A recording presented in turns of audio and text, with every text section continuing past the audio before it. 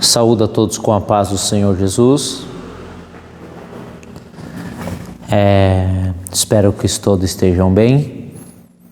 Voltamos nessa oportunidade a falar sobre a doutrina do Espírito Santo, a terceira pessoa da Santíssima Trindade. E na aula passada nós vimos algumas definições da palavra Espírito. Nós vimos que ela pode significar respiração, ar, vento, fogo, força e por aí vai. Vimos que no hebraico ela é ruach ou ruam e no grego ela é pneuma. Nós vimos alguns nomes que a Bíblia apresenta sobre o Espírito Santo, a saber, Espírito de Deus, Gênesis 1:2, Espírito do Senhor, Lucas 4:18, Espírito de Jesus Cristo, Filipenses 1:19, e demos alguns outros textos e algumas outras explicações. Falamos também sobre a divindade do Espírito Santo. O Espírito Santo, trabalhamos aquele texto de Atos dos Apóstolos, capítulo 5, versículo 3 e 4, que o próprio Pedro ele vai falar que Ananias mentiu para o Espírito e depois mentiu para Deus. Isso nos mostra a divindade do Espírito, e o que corrobora também para nos mostrar com a divindade do Espírito é os atributos do Espírito Santo. Porque quando nós estudamos os atributos do Espírito Santo de Deus, nós vemos que ele é onipresente, ele é onisciente, ele é eterno, ele é onipotente, logo ele é Deus. Os mesmos atributos que o Pai e que o Filho possuem, o Espírito Santo possui. Então, sendo assim, nós conseguimos compreender que ele é Deus. E antes de nós adentrarmos na aula de hoje, para poder entendermos sua personalidade, entendermos alguns símbolos do Espírito Santo e a sua obra, eu convido você aonde que está, curvar a sua cabeça e orarmos a Deus. Senhor Deus Todo-Poderoso, pedimos, Senhor, nesta noite a Tua graça, a Tua bênção, Senhor, sobre as nossas vidas. Senhor Jesus, que o Teu Espírito venha nos iluminar, nos esclarecer as verdades estabelecidas em Tua Palavra. Senhor, tudo isso eu te peço para o louvor e glória do Teu nome. Amém. Lembrando aos irmãos que não é dessa igreja e que está assistindo esse vídeo, se trata de um discipulado, por isso que estamos trabalhando com alguns textos de uma forma mais simples. E você que está sem congregar, procure uma igreja evangélica. Se você morar na região, pode nos procurar, nós teremos um prazer de o receber. Breve Jesus Cristo irá voltar. Vamos começar falando sobre a personalidade do Espírito Santo. Nós trabalhamos no começo da aula passada, falando que algumas seitas, a saber, as testemunhas de Jeová, eles vão falar que o Espírito Santo não é Deus. Eles vão falar que o Espírito Santo é uma força que emana de Deus. Na Bíblia deles está escrito, na tradução do Novo Mundo, que é uma adulteração do texto sagrado, em Gênesis capítulo 1, versículo 2, que a força ativa de Deus pairava sobre a face da terra. E quando nós olhamos para a Bíblia, fala que o Espírito de Deus não é uma força ativa, então eles vão falar que o Espírito Santo é apenas uma força, ou seja, uma força que emana de Deus. Só que quando nós olhamos para a personalidade do Espírito Santo, nós conseguimos entender que é uma pessoa. Porque uma força, ela não possui personalidade, mas uma pessoa sim, ela possui personalidade. E o Espírito Santo, ele possui as três faculdades do intelecto: emoção, vontade e intelecto. Ele possui também inteligência, emoção, vontade e inteligência. E se ele possui isso, logo ele é uma pessoa. Então, meus irmãos, nós iremos analisar agora alguns textos e iremos entender que o Espírito Santo, ele possui esta personalidade. Ou seja, os animais eles não possuem inteligência. Os animais, eles apenas possuem vontade, não vontade, mas eles têm um instinto, e eles apenas possuem emoção, eles têm uma alma, ou seja, eles não possuem inteligência, porque o que os animais fazem, eles fazem por instinto. Um exemplo, um leão, ele vai caçar por instinto, ele vai matar por instinto, ou seja, ele não possui uma inteligência, ele não tem esse senso de moral. Mas quando nós olhamos para a Bíblia Sagrada e vemos que o Espírito Santo possui isso, nós vemos que ele é uma pessoa, porque a pessoa ela possui inteligência, vontade e emoção. Então, feito isso, vamos olhar alguns textos. O primeiro texto que nós vamos olhar sobre que o Espírito Santo possui intelecto é 1 Coríntios, capítulo 2, versículo 10 e 11. É um texto que nós estamos trabalhando já há muito tempo, mas vale nos considerar novamente nesta oportunidade. Mas Deus não las revelou pelo seu Espírito, porque o Espírito penetra todas as coisas, ainda as profundezas de Deus. Porque qual dos homens sabe as coisas dos homens, senão o Espírito do homem que nele está? Assim também ninguém sabe as coisas de Deus, senão o Espírito de Deus. Se o Espírito de Deus sabe as coisas de Deus, então ele possui inteligência. E se ele possui inteligência, ele tem uma personalidade. Se ele tem uma personalidade, ele não é uma força, ele é uma pessoa. Outro texto que nós vamos ver que mostra a personalidade do Espírito Santo e mostra que ele possui inteligência, intelecto, João 14, 26. Está escrito: mas aquele Consolador, o Espírito Santo, que o Pai enviará em meu nome, ele vos ensinará todas as coisas e vos fará lembrar de tudo quanto vos tenho dito. Perceba que aqui nós vemos que o Espírito Santo vai ensinar e fazer lembrar. E se ele tem a capacidade de ensinar e fazer lembrar, ele possui o quê? Inteligência, ele possui intelecto, porque só consegue ensinar alguém que possui faculdades intelectuais uma pessoa. Um animal não consegue ensinar o outro, mas uma pessoa consegue ensinar outra. Uma força ela não consegue ensinar, mas uma pessoa ela consegue ensinar. Então perceba que o Espírito Santo, ele ensina e ele faz lembrar. O que é isso? Intelecto. Agora vamos ver mais um texto, Romanos 8, 27. Romanos 8, 27 diz assim: aquele que examina o coração sabe qual a intenção do Espírito. É ele que, segundo Deus, intercede por nós. Ou seja, o Espírito examina a intenção do coração. Então, o que ele possui? Ele possui inteligência. Se ele está examinando, ele está conseguindo compreender qual é a intenção do coração do ser humano. Ele consegue compreender qual é a intenção do meu e do seu coração. Aqui nós vemos a onisciência do Espírito Santo e aqui também nós vemos que o Espírito Santo possui inteligência de um tal ponto que ele consegue examinar. E isso mostra que ele tem uma personalidade. Então, nesses textos nós vimos o quê? Que o Espírito Santo possui inteligência e intelecto. Mas o Espírito Santo, ele também possui emoção. Romanos 15, 30 vai mostrar isso, que o Espírito Santo ele possui emoção, ele tem sensibilidade. É o que está escrito: e rogo-vos, irmãos, por nosso Senhor Jesus Cristo e pelo amor do Espírito, que combateis comigo nas vossas orações por mim a Deus. Perceba, pelo amor do Espírito. O que é isso? Sensibilidade, emoção, não é isso? É um sentimento. Então ele possui isso, o Espírito Santo de Deus possui isso. Efésios 4:30. Efésios 4:30 vai falar sobre isso. E não entristeçais o Espírito Santo de Deus. Perceba que o Espírito Santo de Deus, ele se entristece. E se ele se entristece, ele tem emoção, ele tem sensibilidade. E logo, se ele possui emoção, se ele consegue se entristecer, ele tem uma personalidade. Se ele tem uma personalidade, ele é uma pessoa. Então, não entristeçais o Espírito Santo de Deus, na qual está selados para o dia da redenção. O que é isso? É emoção. Então, ele possui essa segunda característica. E a terceira característica, ele possui vontade. Uma força, ela não tem vontade. Uma força, ela não tem vontade. Vamos lá para Atos dos Apóstolos 13, 2.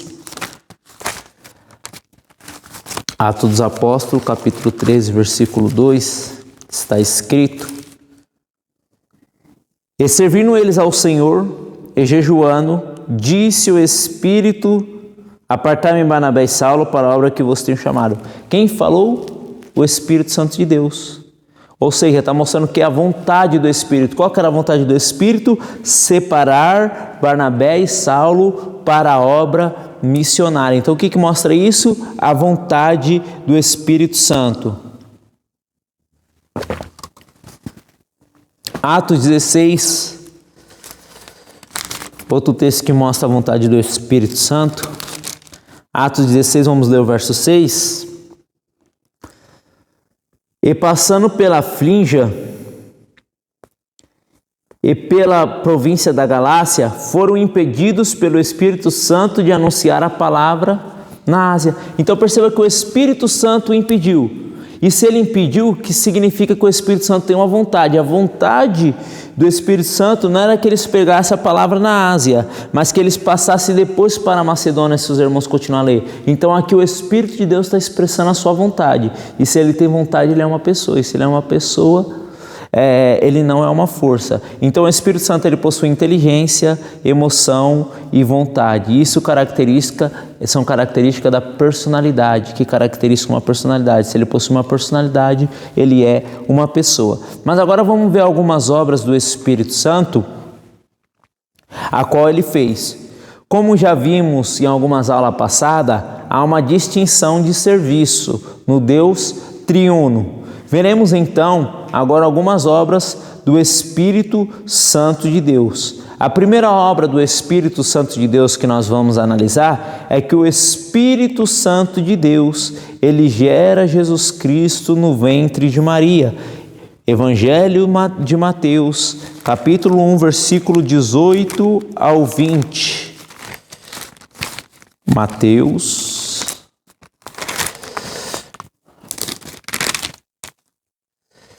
capítulo 1, versículo 18 ao 20. Ora, o nascimento de Jesus Cristo foi assim. Estando Maria, sua mãe, desposada com José, antes de se ajuntarem, achou-se ter concebido do Espírito Santo.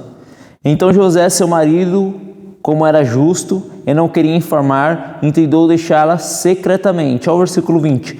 E projetando ele isto, eis que em sonho lhe apareceu um anjo do Senhor, dizendo: José, filho de Davi, não temas receber Maria, tua mulher, porque o que nela está gerado é o quê? Do Espírito Santo. Então o Espírito Santo, ele gera Jesus Cristo no ventre de Maria. Ainda mais, o Espírito Santo ressuscita Jesus Cristo do morto. Primeira epístola do apóstolo Pedro, capítulo 3, versículo 18.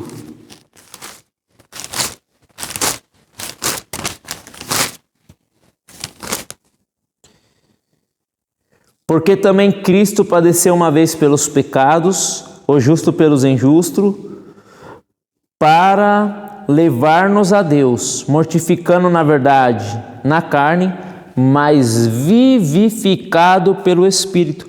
Então o Espírito Santo, ele ressuscita Jesus Cristo dos mortos. Essa é uma obra do Espírito Santo. E o Espírito Santo, além de gerar Jesus Cristo, além de ressuscitar Jesus Cristo, ele também é o autor do novo nascimento. O Evangelho de João, capítulo 3, versículo 5 ao 6. Evangelho de João, capítulo 3, versículo 5 ao 6. Jesus respondeu: na verdade te digo que aquele que não nascer da água e do Espírito não pode entrar no reino de Deus. O que é nascido da carne é carne, e o que é nascido do Espírito é o Espírito. Então é o Espírito Santo que opera esse processo de regeneração na vida daquele que se converteu. E além do mais, ele convence o homem do pecado, da justiça e do juízo. Vamos lá abrir ainda no Evangelho de João, capítulo 16, o versículo 8 ao 10. Evangelho de João, capítulo 16, versículo do 8 ao 10, está escrito: E quando ele vier, convencerá o mundo do pecado e da justiça e do juízo, do pecado porque não crê em mim, da justiça porque vou para meu Pai e não me verei mais, e do juízo porque já o príncipe deste mundo está julgado. Agora vamos entender o que Jesus disse. A justiça, meus irmãos, nessa passagem, essa justiça refere à justiça impecável de Jesus Cristo. Então, quando a Bíblia fala aqui da justiça, é a justiça impecável de Jesus Cristo. Vamos lá para João 8:46. Está escrito: quem dentre vós me convencerá de pecado? Esse eu vos digo a verdade, porque não credes. Ou seja, então Jesus Cristo, ele era impecável. Perceba que há duas perguntas ali. Vamos entender sobre da justiça, do pecado, da justiça. Que pecado que é esse? Esse pecado que Jesus Cristo fala, ele mesmo está falando do pecado porque não creem em mim. Ou seja, eles não criam no Filho de Deus. É o pecado da incredulidade. Ou seja, não acreditaram que Jesus Cristo é o Salvador. Do pecado porque eu não creio em mim. O próprio Jesus está falando. E do juízo? Do juízo ele está falando aqui. Do juízo porque o príncipe deste mundo já está julgado. E o juízo aqui se refere ao julgamento de Satanás no presente e no futuro. Perceba que ele está falando que o príncipe do mundo já está julgado.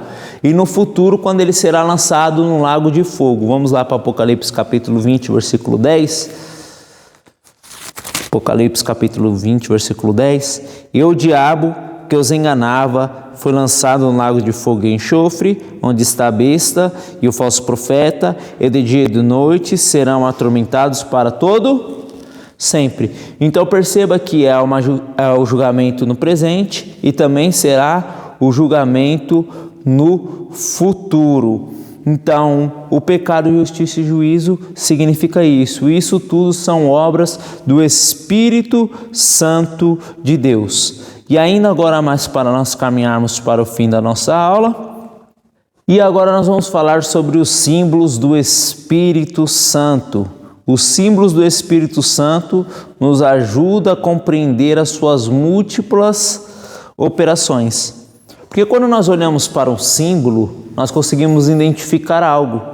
Um exemplo, se nós estamos na estrada pensando numa rodovia e queremos achar um médico, nós vamos procurar um símbolo de cruz, que vai estar indicando um hospital. Então, os símbolos do Espírito Santo, ele nos ajuda a compreender. E o primeiro símbolo do Espírito Santo que nós iremos trabalhar é a água. A água, ela é indispensável para a vida. Sem a água ninguém vive. A água refresca, a água refrigera, e é isso que o Espírito Santo, ele faz na nossa vida.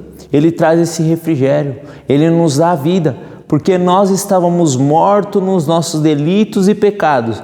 E a partir do momento que nós aceitamos a Jesus Cristo como nosso Senhor e Salvador, o Espírito Santo, ele aplica em nossa vida a obra da salvação. E como nós já falamos, ele faz esse processo de novo nascimento. E agora nós passamos a ter vida. Vamos lá ler João capítulo 7, versículo 37. Nesse texto mostra o símbolo do Espírito Santo como a água. João 7, 37 ao 39.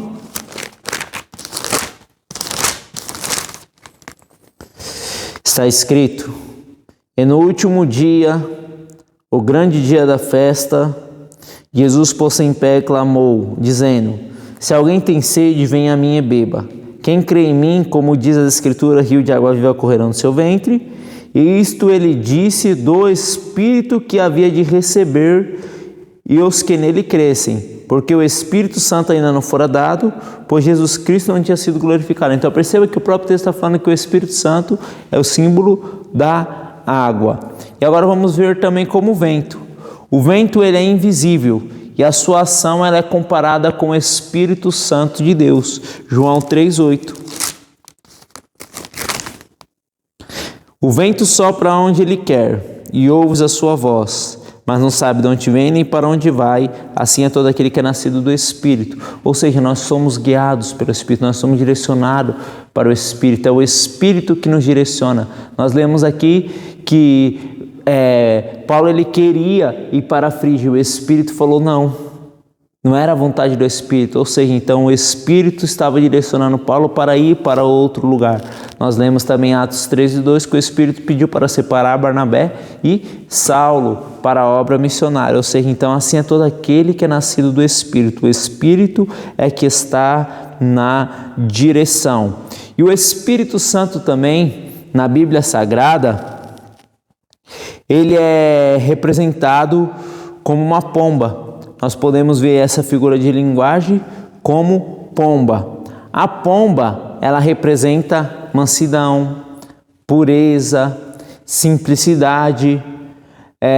Perceba que em Lucas capítulo 3, versículo 22, João Batista ele vai falar que, está escrito ali que viu o Espírito Santo de Deus descer como uma pomba. Não era uma pomba, mas como uma pomba.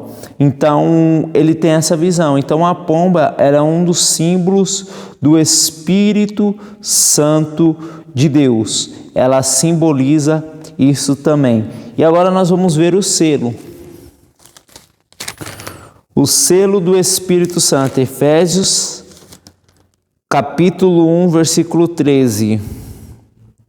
Em quem também vós estáis, depois que ouviste a palavra da verdade, o evangelho da salvação, e tendo nele Cristo, fosse selado com o Espírito Santo da promessa. Então o Espírito Santo é o selo da nossa salvação. Ele é a garantia da nossa salvação. Ou seja, nós somos selados pelo Espírito Santo de Deus. Ele é representado como esse selo. E há várias explicações. Tem algumas explicações que nós podemos entender e eu posso trazer para o dia de hoje, porque quando você vai comprar uma carta, e é claro que hoje ninguém mais manda carta, que nós vivemos numa era de tecnologia, mas ainda tem esse recurso, você pega e carimba, fica um selo na carta. Se aquela carta não tiver selo, ela não chegará ao seu endereço. Mas se ela tiver com selo, ela chegará ao seu endereço. Nós temos o selo, o Espírito Santo de Deus da promessa. Nós chegaremos ao nosso endereço.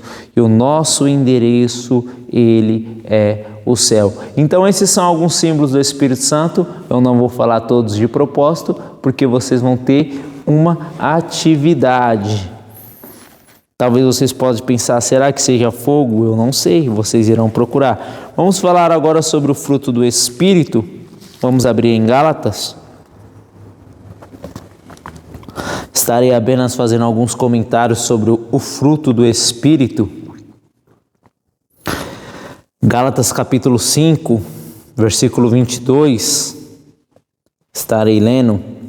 Mas o fruto do Espírito é caridade, gozo, paz, longanimidade, benignidade, bondade, fé, mansidão e temperança. Então o que nós vemos? Uma lista.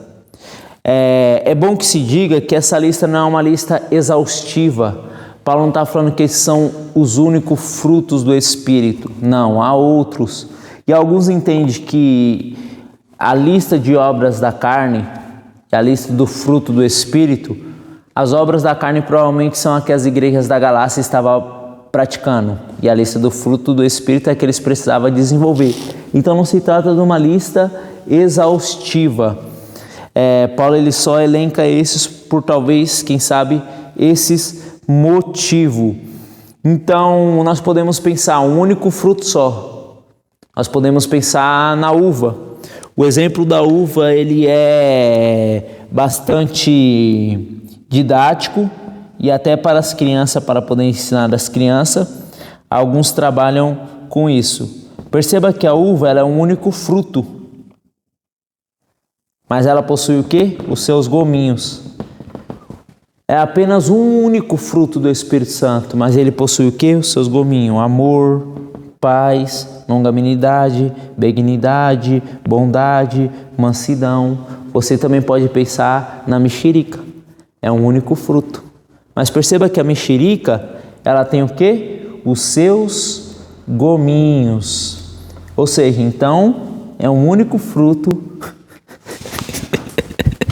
Sabia que vocês iam rir da minha mexerica? Eu não sei dizer uma mexerica.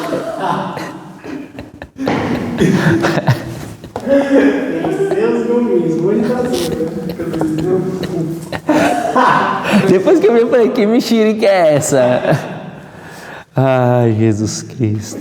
Então a mexerica é um bom exemplo, porque a mexerica é o único fruto com os seus gominhos. Então fica de uma forma bastante didática para nós poder pensar e entender. Um único fruto só, mas com seus gominhos. E o primeiro fruto aqui na minha Bíblia está caridade. mas a palavra aí é amor, no grego é ágape. Ou seja, então nós precisamos desenvolver esse amor na nossa vida. À medida que nós vamos caminhando com Cristo, o fruto do Espírito ele vai desenvolvendo. Porque se nós pensarmos no exemplo de um fruto ele não nasce para a noite do dia, mas ele vai crescendo. Assim nós precisamos amar o nosso próximo como a nós mesmos. Amar aquele que nos persegue, amar aquele que nos maldice. A Bíblia nos ensina isso. Então, quando nós começamos a amar aquele que nos persegue, quando nós começamos a amar os nossos inimigos, significa que o fruto do Espírito ele está se desenvolvendo na nossa vida. Então, esse é o primeiro fruto. O segundo fruto é gozo ou alegria. Ou seja, essa alegria, esse gozo, ele vem na vida do cristão quando as coisas estão adversas, quando as coisas estão complicadas. Então nós sentimos esta alegria que vem dentro de nós. Perceba que a Bíblia está escrito que a alegria do Senhor, ela é a nossa força. E outro fruto que ele vai falar aqui também é a paz. Essa paz é a paz que excede todo entendimento. Então nós precisamos ter paz. Nós já temos a paz de Deus, mas precisamos ter paz com as outras pessoas. E essa paz, ela não é uma ausência de guerra. Essa paz, ela não é uma ausência de problemas. Essa paz não é uma ausência de dificuldade. Mas essa paz mostra que em meio a todas as adversidades, a paz de Deus irá reinar em seu coração. E se você está passando por um momento adverso e você sente essa paz, significa que o fruto do Espírito está desenvolvendo. Longanimidade. A Bíblia fala que Deus é longânimo e tardio em irá. Ou seja, uma paciência muito grande Deus tem. Deus teve paciência comigo, Deus teve paciência com você. Então, quando a Bíblia fala aqui de longanimidade, fala de uma paciência. E é assim que nós precisamos ter, irmãos. Quando nós olhamos para uma pessoa difícil e começa a vir ira, nós começamos a se estressar com essa pessoa, nós precisamos deixar o fruto do Espírito, deixar o Espírito Santo de Deus agir na minha e na sua vida para desenvolvermos essa longanimidade, essa paciência e lembrar que nós também somos pessoas trabalhosas e Deus é longânimo e tardio em irá. Então nós precisamos deixar esse fruto desenvolver. O próximo fruto é benignidade e bondade. O saudoso pastor Antônio Gilberto vai falar que esse fruto é um fruto gêmeos, porque benignidade e bondade significa quase a mesma coisa. Nós sabemos que Deus é bom e assim nós precisamos ser bom com as outras pessoas.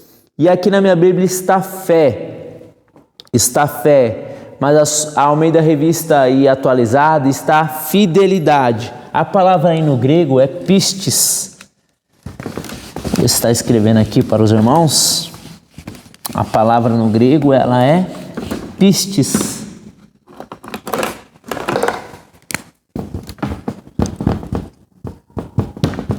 Pistis pode ser traduzido como fé e fidelidade.